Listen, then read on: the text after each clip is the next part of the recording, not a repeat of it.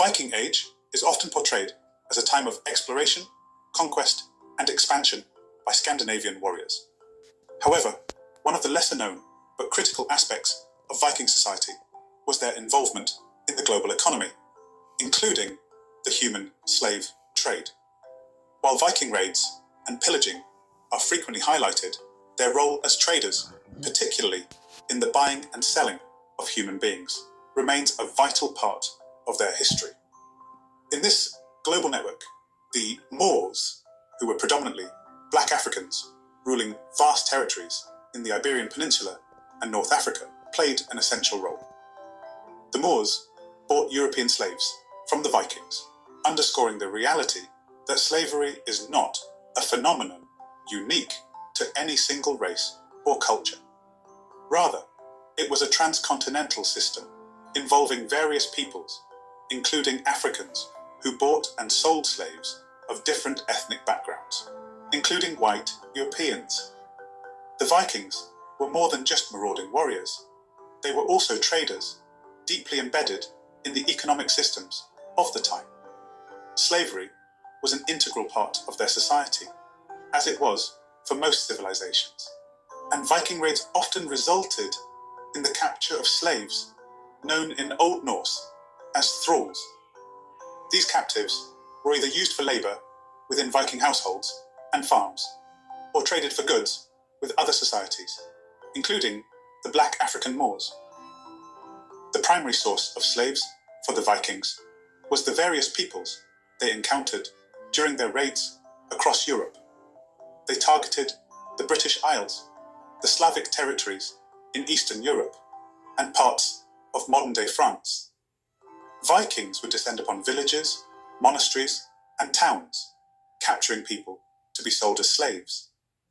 These captives were diverse in origin, including Anglo-Saxons, Celts, and Slavs, hence the linguistic origin of the word slave from the Slavic people.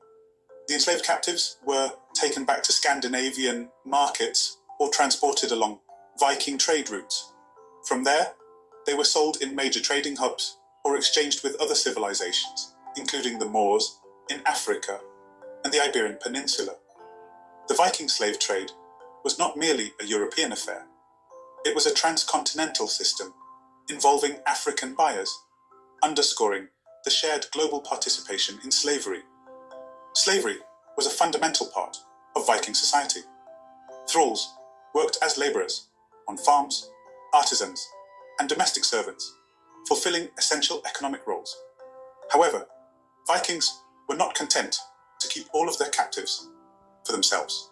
The trade of human beings became an integral part of their economy, enriching the Norse elite and facilitating further exploration and expansion. The Vikings' vast network of trade routes stretched from the North Atlantic to the Mediterranean and the Middle East, providing them with access to a wide range of markets where they could exchange white slaves for goods such as silver, gold, textiles, spices, and even weaponry. The exchange of slaves for wealth further empowered the Vikings, making their long voyages possible and their dominance over certain regions of Europe more secure. During the Viking Age, much of the Iberian Peninsula was under the control of the Moors, who were rulers of African origin, predominantly black Africans from West Africa and North Africa. These rulers, who established the Umayyad Caliphate of Al-Andalus, were known for their advanced civilization, which was marked by significant achievements in science, mathematics, philosophy, and architecture. The Black Moors created a cosmopolitan society in Iberia that became one of the intellectual and cultural centers of the medieval world. Slavery, while often seen through the lens of European involvement, was a widespread institution across the African and Islamic worlds, long before and during the Viking Age. African and Arab traders had been capturing and selling slaves for centuries, with slaves coming from various ethnic backgrounds, including both Africans and Europeans. In Moorish society, slaves were acquired through warfare or trade and played a variety of roles, from domestic workers and artisans to soldiers and labourers. The black African Moors were part of a global network of trade that connected Africa, the Middle East, and Europe. They were eager buyers of European slaves who were valued not only for their labour, but also for their... This challenges the conventional narrative that slavery was a one-directional system where only Africans were enslaved. In reality, black African Moors, like other civilizations, bought and sold slaves of different races, including white Europeans. This participation underscores the global nature of slavery and dispels the myth that it was a racialized institution from its inception. One striking example comes from the Spanish historian Father Mariana, who noted, regarding the invasion of Europe by African Moors, that the reins of their horses were as fire, their faces black as pitch. The very look of them was so terrifying that the people fled from them as from a devouring pestilence. Oh, luckless Spain! This vivid description emphasizes the striking contrast between the dark-skinned Moors and the local populations of Spain, reinforcing the large presence of black Africans among the Moorish rulers. The connection between the Vikings and the black African Moors in the slave trade was one of economic pragmatism. The Vikings supplied slaves from Europe to the Moors in exchange for goods, making both parties beneficiaries of this human trafficking system. The Moors, with their expansive trade networks in the Mediterranean, North Africa, and beyond, represented a lucrative market for the Vikings. The Viking raids on the Iberian Peninsula brought them directly into contact with the Black Moors. In 844 AD, Viking ships sailed up the Guadalquivir River and attacked the city of Seville, then under Moorish control. Although initially successful, the Viking forces were eventually repelled by the Moors. Despite this defeat, the Vikings continued to raid the coasts of Iberia and France, capturing white slaves, whom they sold to the Moors and other civilizations. The raids opened up channels for both conflict and trade between the Vikings and the Moors. Over time, rather than engaging solely in warfare, the Vikings and Moors developed more cooperative relations. The Vikings provided a steady supply of white European slaves, while the Moors offered valuable goods, including silver, gold, textiles, and spices.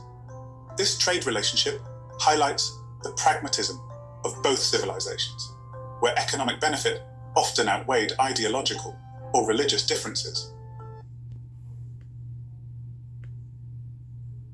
Viking slaves sold to the Moors found themselves in bustling slave markets in cities like Cordoba, Seville, and Valencia, major centers of commerce in Al-Andalus.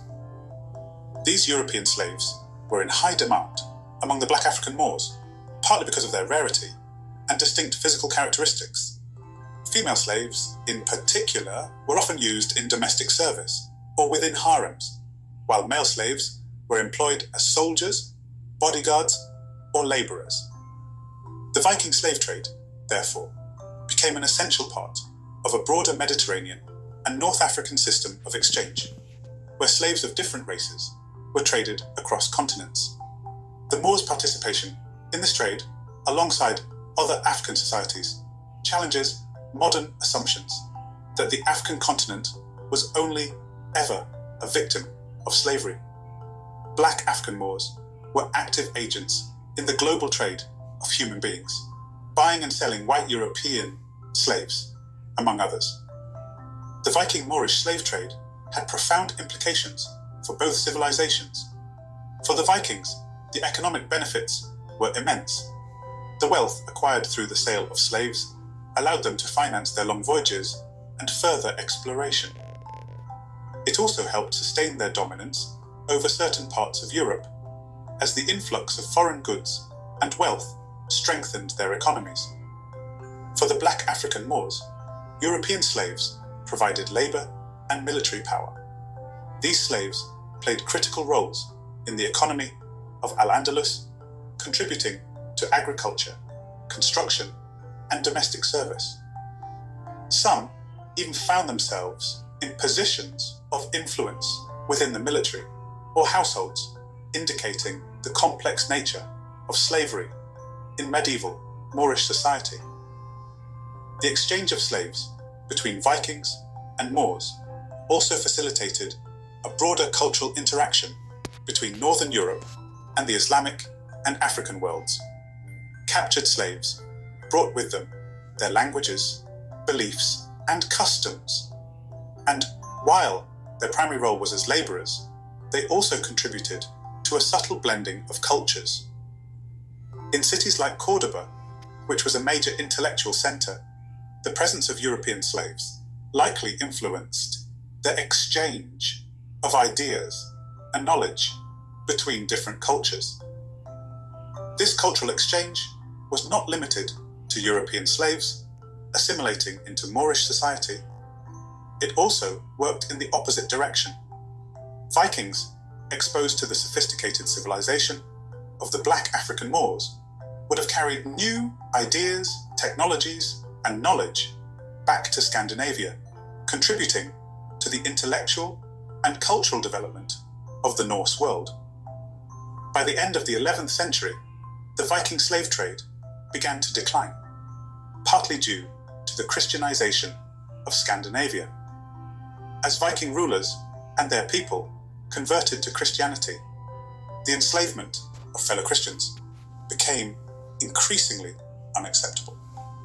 This moral and ideological shift, combined with the growing political power of European kingdoms, reduced the Vikings' ability to capture and sell slaves. Additionally, the political and military might of Viking territories weakened over time, causing a gradual end to their dominance in Europe. Without the ability to maintain their slave trade routes and acquire new captives, the transcontinental exchange between the Vikings and black African Moors slowly diminished.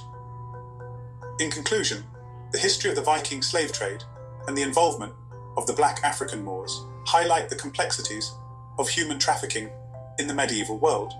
Slavery was not merely a one-dimensional institution, but rather a dynamic and multifaceted system involving various peoples across continents. The Vikings' role in capturing and selling slaves to the Moors illustrates the interconnectedness of societies and the shared nature of human suffering. As we examine the past, it is essential to recognize the agency of those involved in the slave trade, both victims and perpetrators. The narrative surrounding slavery must acknowledge the participation of various groups, including the Moors, who were active in the trade of human beings. The interplay between Vikings and Moors serves as a reminder that slavery is not a singular historical experience, but a shared legacy that transcends racial and cultural boundaries. And yet, in modern discussions about reparations and justice, it's clear that the history of slavery is far more intricate than the simplified narratives we often hear. After all, turns out the reparations paperwork might be a bit more complicated than we earlier thought. But this complexity doesn't diminish the importance of addressing historical wrongs. It highlights the need for a deeper understanding of the interwoven experiences of oppression and agency across history. History often lies in the hands of those who write it, and too frequently, the stories of Africa's influence on European civilizations have been erased, misrepresented, or buried under layers of Eurocentricity. One such overlooked story is that of the Dubhgaill, the black strangers who wielded power in Denmark and beyond. Far from being a mere footnote, these Black Danes shaped an era of Scandinavian history, their influence leaving traces in folklore, place names, and genetic memory. The story of the Dubhgaill challenges everything we think we know about medieval Europe, illuminating how African peoples and their descendants left an indelible mark on the North. The name Dubhgaill comes from Gaelic, translating directly to black foreigners or black strangers. These invaders were distinct not only in their role as outsiders, but in their darker complexion, a trait that set them apart from the lighter-skinned Finngaill, or white strangers of Norwegian origin. As noted by Michael Conran in The National Music of Ireland, 1846, philologists inform us that the compound term Dubh Loch Lanach, or black man strong at sea, signifies the Danes. This description aligns with numerous medieval accounts, where the Dubhgaill were remembered not merely as conquerors, but as an African-identified people who played a formative role in shaping the regions they dominated. The racial distinction between the Dubhgaill and the Finngaill is supported by historical sources that directly describe the Danes as black, in contrast to their Norwegian counterparts. In the London Quarterly Review, 1870, it is recorded, "They were of two races, the white and black strangers, Finngaill and Dubhgaill." Similarly, Saint Berchant, a monk and historian, described the Norwegians as Gentiles of pure colour, while the Danes were consistently referred to as Dubh or black. These labels were not arbitrary. They carried weight in defining the power struggles between these groups, as seen in the year 850, when the Dubhgaill captured Dublin, wresting control from the Finngaill. In the annals of Gaelic history, this moment was pivotal, marking the Dubhgaill's emergence as dominant forces in the Viking world. The Annals of Ulster, a chronicle of Irish history, recorded, "In AD 850, the Dubhgaill overcame the Fionnghail and seized Dublin, securing their dominance over the Irish Sea." To understand the significance of the Dubhgaill, one must explore their origins. Scholars, such as David McRitchie, in his seminal work Ancient and Modern Britons, argue for an African presence in early Europe, stating, "There was a time when the natives of these islands were black." This aligns with the theories of Gerald Massey, who believed that many early European populations had African roots. In A Book of the Beginnings, Massey wrote, "Africa was the birthplace of humanity, and its spread to the north brought with it the arts, sciences, and leadership that would define civilizations." The term Dubhgaill further reinforces this connection. As Michael Conran notes, Dubh means black, without any word of hair, underscoring that the description of the Dubhgaill referred to their complexion rather than their hair colour.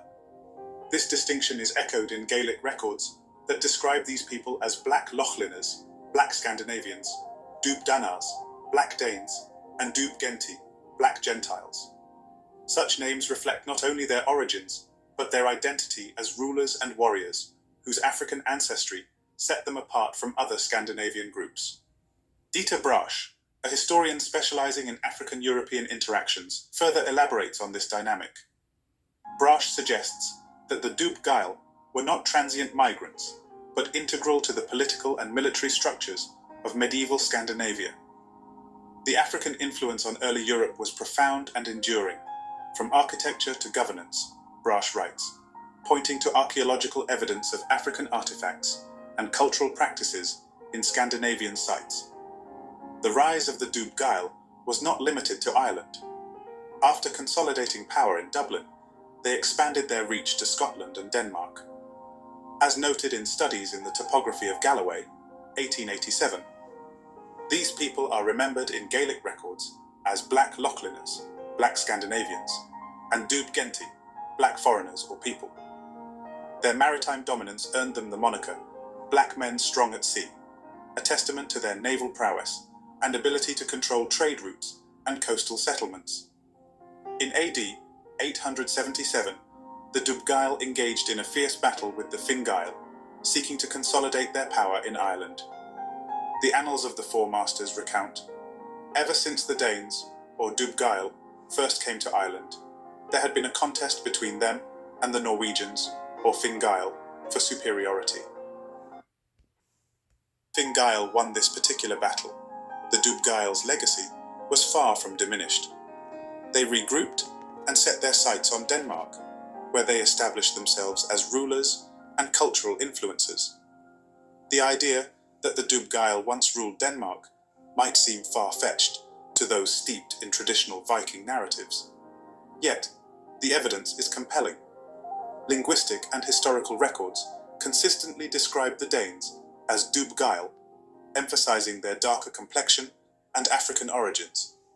This characterization is supported by Gaelic historians who distinguished between the Norwegians, described as Fionn Lochlineaich, white Scandinavians, and the Danes, known as Dub Lochlineaich, black Scandinavians. The dominance of the Dubhgaill in Denmark is further reinforced by place names and folklore that bear traces of their African heritage. Gerald Massey observed, "The roots of many Scandinavian traditions trace back to Africa, where civilization itself was born." This connection challenges the notion that Vikings were exclusively pale-skinned seafarers, revealing a more diverse and complex history. The Dubhgaill's influence extended far beyond their military conquests. They left a genetic and cultural imprint on the regions they ruled, blending with local populations and introducing African traditions that would shape European history. Their story, however, has been systematically erased or downplayed, a fate shared by many African contributions to global history. The term Dubhgaill itself has been misinterpreted over time, with detractors arguing that it referred to dark hair rather than skin. Yet, as Michael Conran asserts, Dub means black, without any word of hair. The consistent use of this term in medieval records, coupled with descriptions of the Fingail as Gentiles of pure colour, leaves little doubt about the Dubhgaill's distinct racial identity. By reclaiming the story of the Dubhgaill, we not only honour their legacy, but also challenge the Eurocentric narratives that have dominated historical discourse. Scholars like Massey, McRitchie, and Brash have laid the groundwork for a more inclusive understanding of history, one that recognises the contributions of African peoples to the development of European civilizations. The story of the Dubhgaill is not just a tale of conquest and dominance, it is a reminder of the interconnectedness of human history. The black strangers who ruled Denmark were more than invaders. They were pioneers, innovators, and leaders who bridged the gap between Africa and Europe. To ignore their story is to deny a vital piece of our shared heritage. As we continue to uncover the truths of the past, let us remember the words of Gerald Massey. History is not a thing of the past. It is with us always, shaping our understanding of who we are and where we come from. The Dubhgaill may have been erased from mainstream narratives, but their legacy endures, a testament to the enduring influence of Africa on the world. For those of African descent today, this ancient history is not just an academic curiosity, but a powerful reminder of black strength, resilience, and global influence long before the colonial period. The Dubhgaill were not victims, but active contributors to the development of Northern Europe, and their story challenges stereotypes and empowers modern Africans, particularly youth, to reimagine their place in world history. By learning about the Dubhgaill, we reclaim a sense of identity and pride in our ancestral legacy. As we move forward, this history can serve as a source of strength, showing that black people have always been central to shaping the world. Reclaiming this history isn't just about honouring the past, but about building a future based on the pride and resilience of those who came before us. The Dubhgaill remind us that the fight for recognition, equality, and justice has deep roots, and it is a fight that continues today. In ancient times, the term Ethiopian was used broadly to describe Africans, particularly those living south of Egypt. The ancient Greeks, notably Homer, Hesiod, and Herodotus, referred to these Africans as blameless Ethiopians, a title that reflected the high regard in which they were held. This essay delves into the historical context behind this term and explores why Africans were called blameless by the ancient Greeks, Romans, and other early civilizations. One of the earliest references to Ethiopians in literature comes from Homer, who described them as a noble and divine people.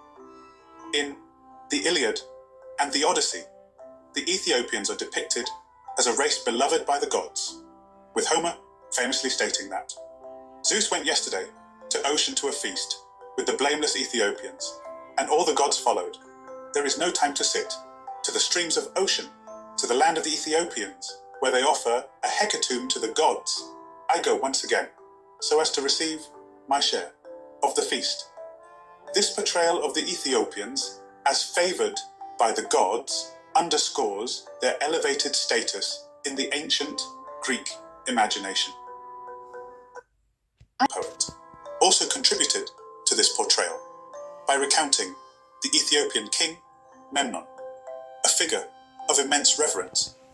In his epic poem Theogony, Hesiod not only speaks of Memnon's divine lineage as the son of Eos, the goddess of dawn, but also highlights his role in shaping the ancient world, further linking Ethiopians with celestial and divine qualities. Herodotus, writing in the 5th century BC, referred to Ethiopia as the farthest region of Africa, and described the Ethiopians as taller, handsomer, and longer lived than any other men. He also noted their lands as being rich in gold and ebony, emphasizing their wealth and physical beauty. These attributes, along with the moral integrity attributed to them, reinforced the idea of Ethiopians as exceptional people in both character and prosperity. The idea that Ethiopians, i.e. Africans, were deeply respected in the ancient world is further supported by the works of Pindar, a 5th century BC lyric poet. In his Olympian odes, Pindar celebrated Memnon's deeds and leadership, even associating him with the establishment of the city of Susa in Persia, modern-day Iran. This suggests that Ethiopians held significant influence beyond the African continent, further adding to their esteemed reputation. The notion that Ethiopians were revered extends to their role in shaping early civilizations, especially Egypt. Diodorus of Sicily, writing in the 1st century BC, asserted that Egypt was a colony of Ethiopians led by Osiris, the Egyptian god of the afterlife. This claim suggests that the grandeur of ancient Egypt, long admired for its intellectual and architectural achievements, was rooted in Black Africa. Diodorus further noted that many of the customs, religious rites, and symbols used in Egyptian society originated from Ethiopian traditions. The connection between Ethiopia and Egypt implies that the profound influence Africa had on Mediterranean cultures, especially Greece and Rome, cannot be understated. By framing Ethiopia as the progenitor of Egyptian culture, Diodorus of Sicily elevates the contributions of Black Africans to the foundations of Western civilization. The term Ethiopian, derived from the Greek word Ethiops, originally referred to the dark-skinned peoples of the African continent. According to the renowned historian Herodotus, often referred to as the father of history, the Greeks regarded the Ethiopians as a prominent people, distinct from the Egyptians. In Book 2 of the Histories, he states, "The Ethiopians are a great people, more just than any other." This phrase encapsulates the respect the ancient Greeks had for this group, illustrating that the term was not merely geographic, but also deeply cultural. Homer, writing in the 8th century BC, mentions the Ethiopians in both the Iliad and the Odyssey, highlighting their esteemed position among the gods. He writes, "The blameless Ethiopians, the most favored by the gods, were the first to feast with them." This portrayal reflects the significance of the Ethiopians in Greek mythology, positioning them as paragons of virtue and moral rectitude. Moreover, the ancient Greeks associated the land of the Ethiopians with great beauty and prosperity. Hesiod, another foundational poet of Greek literature, described Memnon, the king of the Ethiopians, as a noble warrior whose home is blessed with abundance. Such references illuminate the perception that ancient Greeks held regarding the richness of Ethiopian culture and civilization, emphasizing their significance not only in Africa, but also in the broader Mediterranean narrative. Many ancient historians, including Herodotus and Diodorus, wrote extensively about the African presence in early European and Mediterranean history. Lucian of Samosata, a 2nd century AD Greek satirist, claimed that astrology, a key scientific discipline, was first introduced by Ethiopians and then passed down to the Egyptians. This statement emphasizes the role that Ethiopians played as intellectual pioneers in fields that would later influence Greek and Roman science and philosophy.